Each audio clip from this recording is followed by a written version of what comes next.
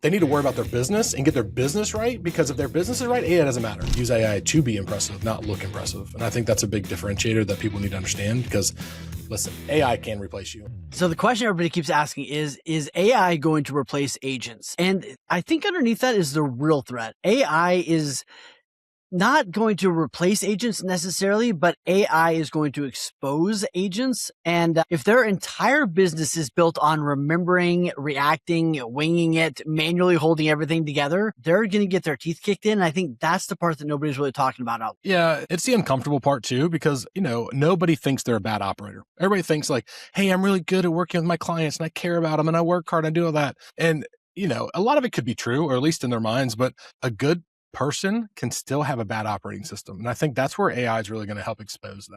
For most agents, AI is not their biggest problem. It's some other things we're going to talk about, and it's the structure of their business, right? AI is not the biggest threat, although we're going to talk about where they need to be using AI. Yet the reality is we're going to go underneath that question of, is AI going to take away business, and figure out the part that nobody's really saying out loud, which is where you should be using AI and what the real issue is that AI and everyone else using it is exposing. Yeah, Wayne, everybody's freaking out about AI. And here's the thing. They need to shut up. They need to worry about their business and get their business right, because if their business is right, AI doesn't matter. We have an AI-proof business if we have the basics down. And if you don't have the basics down, that's where they're going to get replaced with AI. Yeah, and AI is exposing agents right now. And let's break down where they should be using it, where they shouldn't be using it, and figure out what this is. This isn't necessarily calling people lazy. This is about telling the truth about how the business is built. If your leads are being followed up only when you remember, if your sellers are being updated irregularly, if your team moves to answer a question because they don't know the answer because you didn't have it right, all of those things are exposing.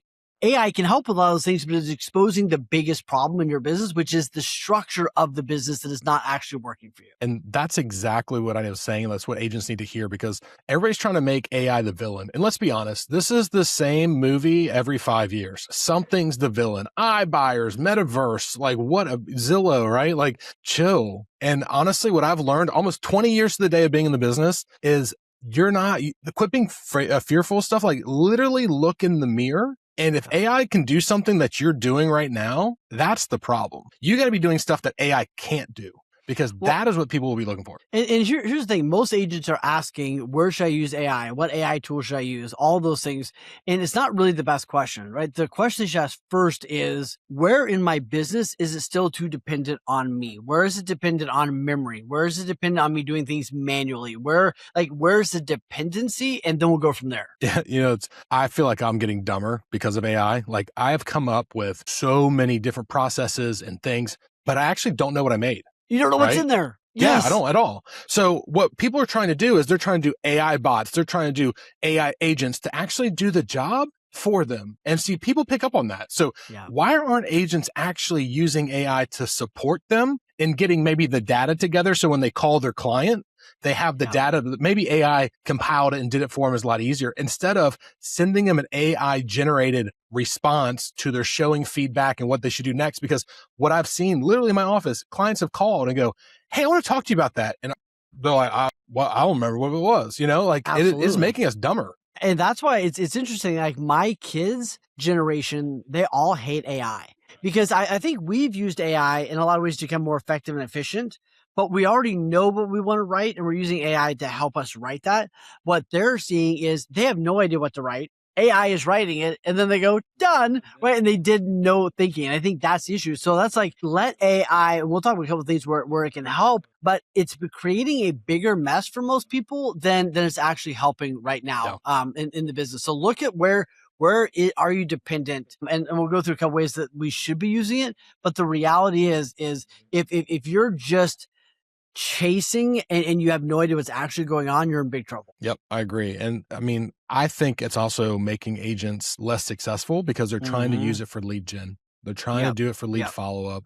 Hey, a lead came in, do XYZ, automate, boom, go to Zapier, send this, do me a bio on them. Cool. Ask them if they want to see the house. And really, actually a good example, Wayne, we were working on a project together. I just DM'd a really successful author that we're trying to get at one of our conferences, right? So I sent him the message. And you know what I got back? It was a very long message. It already said, I own your book. I own 100 of your books. You know the thing I got back? A link. It said, hey, here's the link to my book. I hope you enjoy it. Like that's a prime example of what agents, I mean, that's an author, but that's what agents are doing because they're not getting the undertones. They're not seeing what they're really asking for. And I mean, that's why I noticed in one of our Instagram accounts, it was sending out some automated messages, and I went to the team and I blew them up, and I was like, what the hell is this? I don't care what it takes. Stop this crap. Cause it was sending people messages that were ridiculous. You know, people would be like, hey dude, what are you doing this weekend? It'd be like, hey, if you haven't checked out our blah, blah, blah, here's the, you know, whatever. It was this horrendous response that literally Instagram turned on by itself because it was a business account. We didn't turn that on. It turned it on by itself. And I was like, this is dumb. So here's what you have to think about. Are you a tool user and being a tool, but are you a tool user or are you an operator? I think you're just a tool. Users, yeah, well, we know that, right? But tool users chase the next shiny app. Are going, they're trying to fix the constraint. Tool users are like, what can AI do? And they fall down the wagon. But operators say, where's the friction and how can I solve it? It's friction to go get these 30 reports. Can I build an AI agent that brings all these reports to me? That's resolving friction, not just chasing a new shiny tool, right? Tool users say, let's create more content, and operators build something that creates the right consistent content for them. So, you know, tool users send random messages. Operators build a consistent follow-up plan that they actually know what's in there, right? So I think that's the difference. Ask yourself, are you a tool chaser or are you actually acting like an operator? And business owners' numbers are trying to fix constraints and make processes smoother. And I think one of the main things that I have noticed in the real estate industry is, I may have said this earlier, but I just feel like it's worth bringing up again, is people are using AI for customer service. Like to be their customer service. And that is why people are not seeing the deals they're seeing before. That's the reason people aren't getting the closings they had before, because they're using it in the wrong manner and they're making it sterile, and people are going to the people that are actually personable and reaching out, picking up the phone. Picking up the phone now is more important than I think ever in the history of the universe since the phone was created. The first thing, if you can save 10 hours in your business by creating better workflows, automations, whatever it is, I would take those 10 hours and I would put somebody on the phone, right? Like the money I saved by being able to create those workflows and automations, whatever else, I would pay someone to sit on the phone and actually start answering calls, right? Hey, when was the last time you called your doctor's office and a person answered? When was the last time you called somewhere, you know, you called Ace Hardware and a person answered? You'd be like, holy cow, this is the greatest thing ever. And I think that's what this other generation hates AI, because they're tired of everything being fake. They're tired of no real anything. So like you said, like give back to what's important, which is that hand-to-hand. Use all this to create automation around the other stuff and get back to hand-to-hands. Here's, let's give them a framework. This is the AI Bottleneck Audit, and it's 4 questions. So let's just go through these 4 questions. And question number 1 is, what do you repeat every week? Yeah. So it could be listing descriptions, buyer education emails, showing follow-ups, market updates. Let's see, seller check-ins, past client touches. I don't know about that one. And then team meeting recaps. I think if you repeat this every single week, then it should probably be templated, systematized, and supported. I can give you an actual example if you want. I'd love that. And even like team meetings, right? Like what you could automate is, or you could structure out your team meeting. Most people never do this, or their operations call, right? Like figure out what's the flow of our operations call. And you could automate an email that goes out the day before that says, hey, operations calls tomorrow. Remember, you're responsible for this and this. So great use of automation. So if you're a team leader, right, and you're meeting with anybody, so a little recording device, right, Plod, whatever you want to use. I have this. It records the conversation. I make sure I clearly say, hey, I'm going to get you this, or I'm going to get you that. Then through Zapier, it takes this, sends it to my assistant. She pulls out the task, puts it into my Monday.com to the employees that need to do what I asked them to, meaning like, yeah, I'll have Keela send you that. And it goes in there and says, Keela, please send Travis this. And so that is an automation that I don't have to sit there and type notes anymore, be disingenuous, and I can be present, be listening, but also I don't have to do anything else. I hit stop, it automatically goes, it gets transcribed, it has task assigned, and then I have somebody manually putting them in Monday, which I probably could do that too, but I just haven't. Yeah, I think figuring out how those things flow is great. And like we're using Fathom and a bunch of other things to record notes and have things, but even those need to be checked. Even those need to be like, it can speed it up, but you need to inspect it until it's amazing. So like, hey, you did the call, the notes got sent out, make sure to check and make sure everything is on there. And like you said, I need to speak differently. I need to say, all right, this week I will, or action for this week is, like, so it picks up that stuff and get better at those things. Here's question number 2. I like this one. What gets delayed Because it waits on me. I think it's an interesting question. Yeah. I mean, it could be holistic. So things that keep getting delayed. It could be seller responses, right? Not getting back to your sellers fast enough, or lead responses, seller updates, those kind of things. Because you have to now take the information, send it to the client. Content. Obviously, if you got to sit there and record content, that is a problem. Trainings, past client follow-up, those kinds of things. I think those are the things that are all cogged off you being the center cog. And like, if you're not spinning it, it's not going anywhere. And I think that's where a lot of these things could be bottlenecked, and a lot of things that you can use to save time and energy. Yeah. And an interesting way to think about it is like, sometimes you don't have a time management problem. Sometimes you have a too much of the business still waits on you problem. You know, like an example would be in some of our businesses you and I coach. It's like we've coached the operator to say, hey, if it's less than $500, you make a decision on it in the field, right? If you're at the job, it's less than $500, you make the decision on whether we should do that thing or not. If it's more than $500, call me, I'll walk you through it. If it's less than $500, just make the call in the field. So you don't have a contractor, one of your guys sitting there waiting for 20 minutes trying to get a hold of you to ask you whether we should replace the door handle that costs $20. Like, bro, you're there. Replace the door handle for $20. It literally wasn't worth the half an hour you stood there waiting and the 3 times you called me and interrupted the meeting I was in. Like, those are little examples of where is it waiting on you that we just need to stop with some of that. Yeah, no, I agree. And, you know, I think people also need to hear this too, that like, you got to also get better at organizing. So this is what can help you. And like, that's what I like about AI too. If you do the time audit that we've always talked about, and then put that data into AI and say, how can I better organize my day? How can I free up a bit more time in the morning? Because that's when I'm creative. And those things will allow you to be more present so you can overcome some of those bottlenecks too. I know you were talking about having like encouraging employees to do stuff, but also how can you encourage yourself? Because you know, you probably feel stuck. Some days are repetitive and you're like, I don't like Mondays. I don't like them because I have to do this. Well, how can we reorganize it so we're better versions of ourselves? Yeah. Well, like one of my clients, we restructured his week. And one of the things that works well for him is like he does a little bit of his own time. We do our coaching call. He does his operations call. Then he does his meeting with his leaders. And like what he found is like that flow works really well for him. He's like, he's kind of in the same zone. And like this meeting helps with this, helps with this, helps with this, helps with this. And like that flow, it helps. Instead of having one meeting Wednesday and he's trying to remember everything for Thursday. And then like, okay, and then my next one's Monday. He just found that flow for him worked better. So I think it's a great question. Look at like, where do things need to flow better? And even for me with coaching, like I find I want to do like back-to-back coaching calls. And then I'll have 3 hours to work on our project. But if I have like coaching call, half an hour to work on a project, coaching call, half an hour to work on like that chopped up. If I have to, I'll do it. But I work way better. Like I do this thing and then I do this thing and then I do this thing. Right. And do that as often as you can. It's not always possible, but how can I figure that stuff out? Well, let's bring this back to like teams and team leaders and stuff like that. So I think some things that can be useful, AI useful is if you create a chatbot for your internal structure. And, you know, how many times have you had to give language to your agents about a sale and close contingency or an escalation clause or whatever? Like, boom. Imagine if you had that built in to your Slack and you're like, hey, how do I do an escalation clause? And it comes back or takes them to the document, takes them to the video, and they don't have to sit there and ask you what's going on with it, right? Yeah. And I mean, I think especially within like Claude and stuff like that, you can dump everything in there and create some agents for your people to talk to, right? Like, hey, we're trying to decide if we should ask for this repair. Cool. Go through every training, all your workbooks, all your SOPs, everything you've ever told.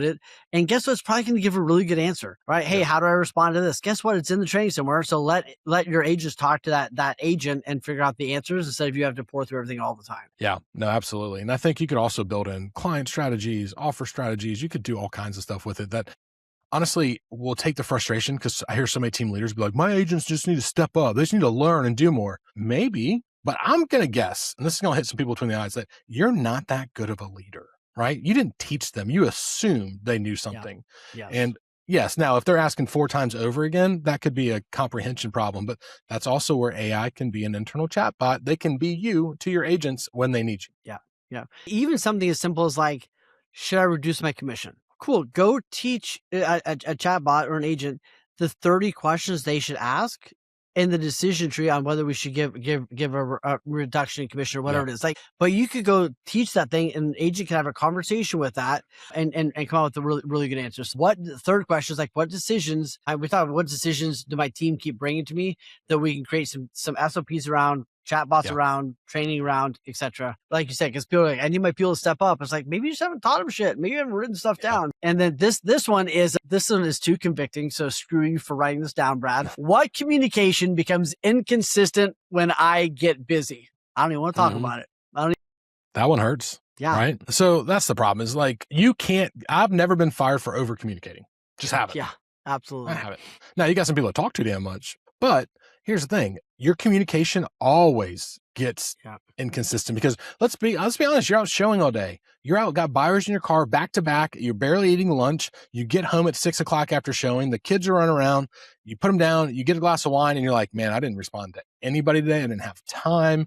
And guess what your clients are thinking? No wonder my house isn't selling. No wonder, because my agent's too busy. Are you too busy? Are you just a bad communicator?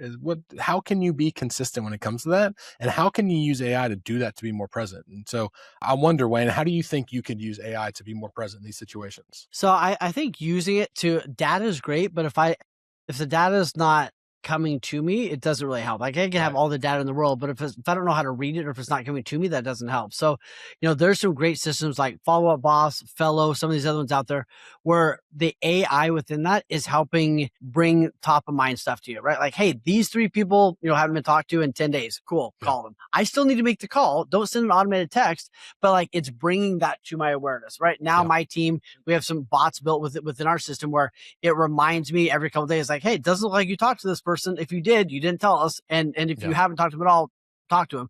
So like AI is bringing that stuff to the surface and helping create consistency. It's helping me remember things, right? So it's like, it's exposing a couple places, right? Like lead follow-up, which ties into lead nurture, right? Like, is the strategy really simple and compelling in there? And then, right, listening communication, making sure that like AI and all the stuff should bring all the data to you so that you can pick up the phone and call your seller every single Monday and have an intelligent conversation. Instead of just blasting off some report that you didn't read. I think that's the difference, right? Like, I think right now we're in a place where AI should bring everything to Brad and go like, here's all the data. Brad goes, yep, this makes sense, or this looks a little off. I need to tweak it.